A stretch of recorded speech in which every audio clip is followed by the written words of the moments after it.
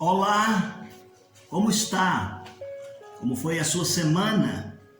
Nós estamos juntos mais uma vez para estudar a Bíblia, a Palavra de Deus. Mas eu quero te convidar para uma palavra de oração. Feche os seus olhos.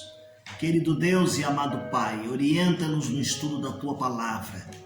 Agradecemos-te pelo que já aprendemos até agora, o que relembramos e que o Senhor deseja nos instruir hoje através do Teu Santo Espírito. É a oração que nós fazemos agradecidos no nome de Jesus. Amém. Muito bem, meus queridos, nós estamos então estudando nesse tempo o livro de Josué e nós estamos nesse ponto falando um pouquinho a respeito da estrutura do livro, Então nós vamos falar um pouquinho a respeito do conteúdo resumido do livro. Muito provavelmente nós tenhamos que dividir em duas partes para que nós possamos ter um melhor entendimento desse texto.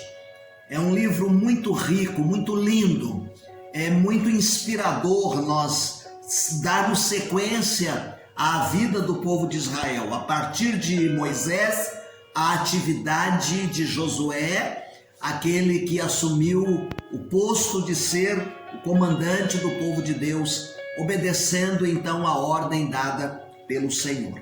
Então nós vamos falar aqui um pouquinho da estrutura, que é dividida em 5 pontos. Reclamando a terra em obediência, conquistando a terra pela fé, distribuindo a terra na vitória, vivendo a terra em devoção e descansando na terra com promessa.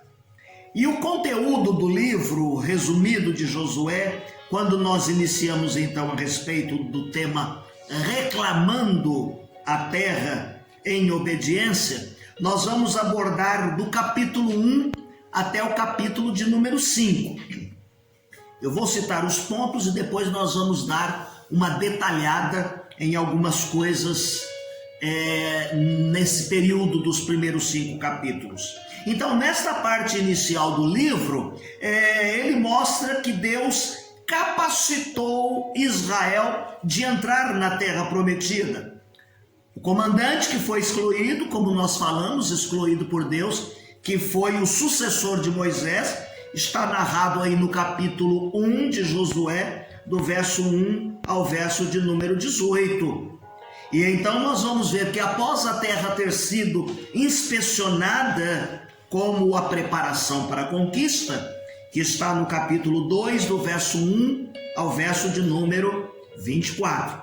Então no capítulo 1 nós vemos aí a questão do comandante escolhido, e no capítulo 2 nós vamos ver a questão da terra sendo espiada, a fim de que eles possam preparar a conquista. O povo então vai cruzar o Jordão com a ajuda de Deus. Aí nós entramos no capítulo 3, que são 17 versículos, e nós vamos ver aí o que foi estabelecido como um memorial. No momento certo nós vamos lembrar o memorial que foi estabelecido por essa travessia. Nós vamos ver também, meus queridos irmãos, que eles, uma vez instalados na terra, o povo vai renovar o compromisso com o Senhor, e eles adoram ao Senhor através de uma celebração. É o que está no capítulo de número 5. Então, detalhando esse texto em blocos, falando em blocos, nós vamos sugerir então a seguinte distribuição. O autor da nossa lição sugere a seguinte distribuição: o comissionamento de Josué, como nós dissemos no capítulo 1, de 1 a 18. E quando nós falamos aqui no capítulo 2, agora nós destacamos no verso de número 12 a conversão de Raabe, a conversão da meretriz Raabe. O verso de número 12, ele diz o seguinte: agora, pois, jurai-me, vos peço pelo Senhor, pois que vos fiz beneficência, que vós também fareis beneficência à casa de meu pai e deixai-me um sinal certo. A ajuda de Raabe com aqueles espias vai dar-lhe o privilégio de participar do propósito de Deus no cumprimento de algumas promessas a este povo de Israel.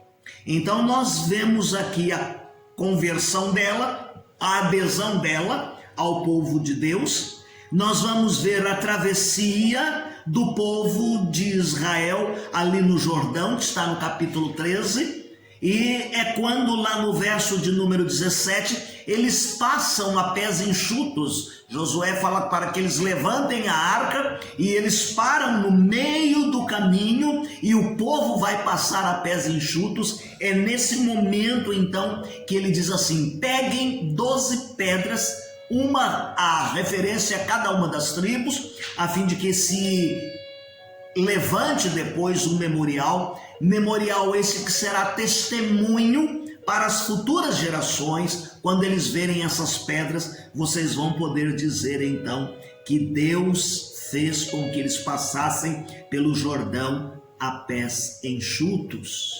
Maravilhoso quando nós olhamos esses feitos de Deus. Capítulo de número 4. Aí nós podemos falar também a respeito da prontidão de Israel em obediência ao Senhor. E nesse momento nós poderíamos até dar um pulinho lá para o capítulo 5, verso de número 13, quando vai acontecer uma coisa interessante.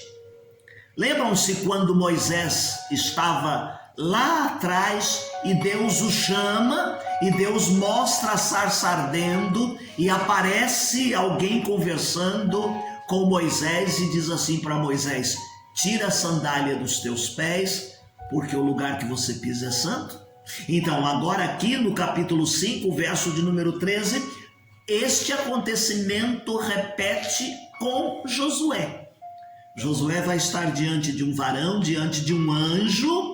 O anjo do Senhor aparece a Josué, repetindo então a semelhança de Moisés, aquela palavra em que ele vai dar ordens, e ele vai dizer também para Josué que ali ele deveria tirar suas sandálias.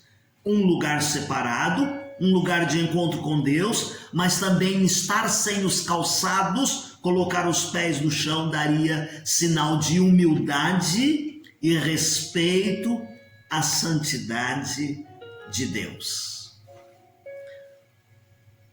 Nesse segundo ponto, nós vamos falar um pouquinho a respeito da conquista da terra pela fé. Aí nós já estamos no capítulo 6, tá bem? E vamos até o capítulo 12, o verso de número 24, quando nós vemos que aqui Josué vai empreender algumas lutas.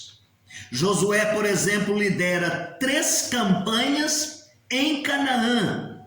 Há uma campanha central, que é a maior de todas elas, que inclui Jericó, Ai e Gibeão. Está no capítulo 6 até o capítulo 9. Aí nós vamos ver então a campanha do sul, que foi dirigida com uma colisão contra 5 reis. E ela foi liderada pelo rei de Jerusalém. Você vai ver aí, já chegando no capítulo de número 10, este acontecimento.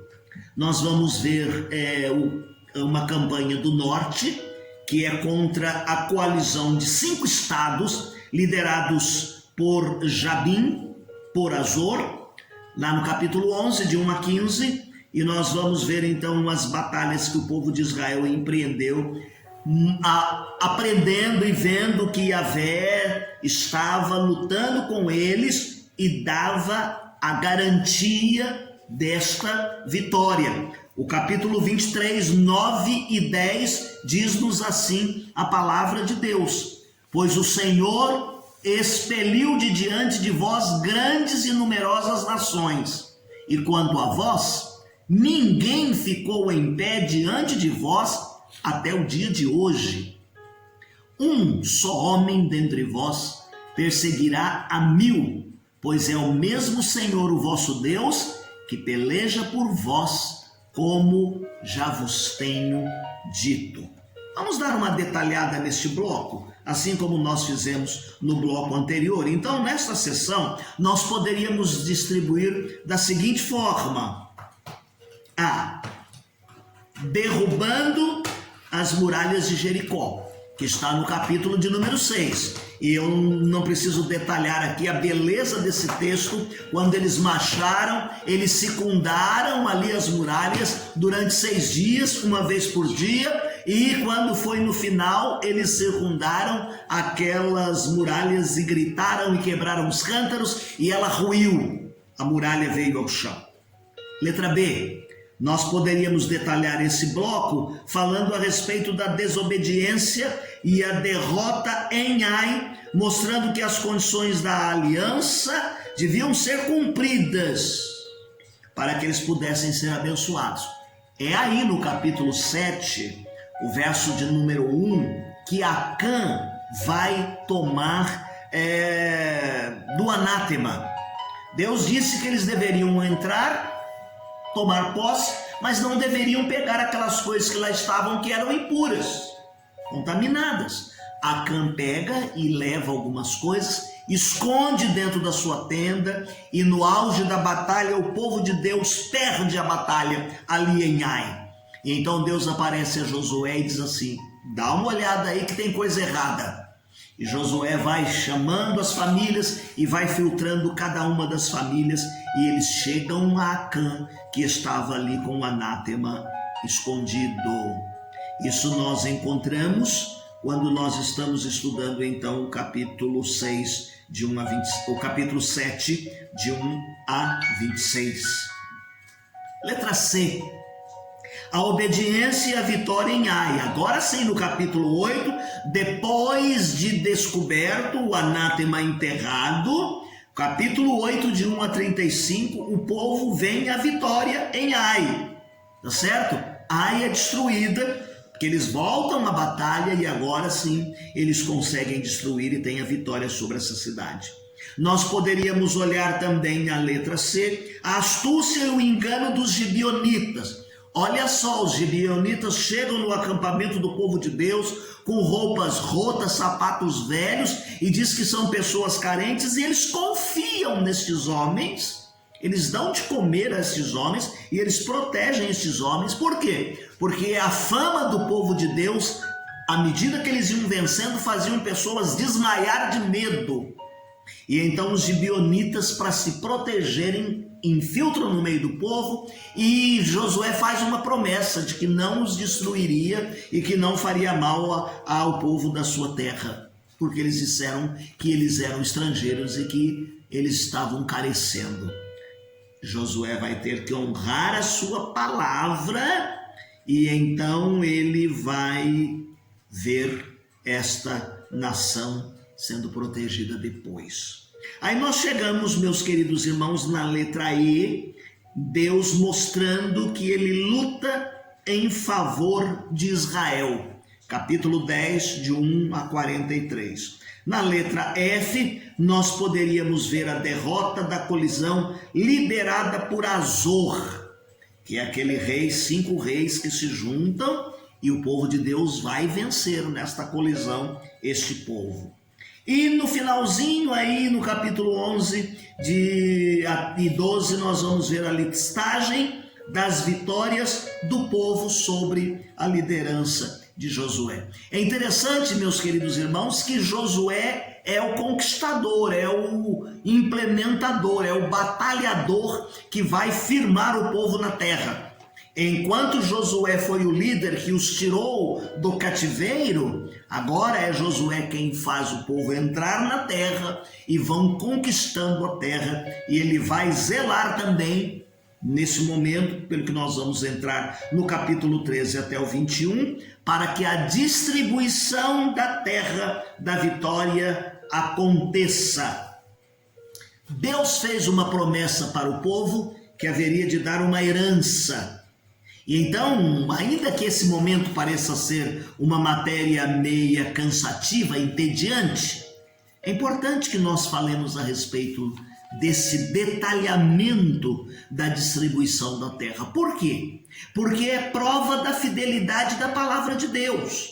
Os territórios que foram distribuídos ali foram ditos antes por Moisés que eles receberiam.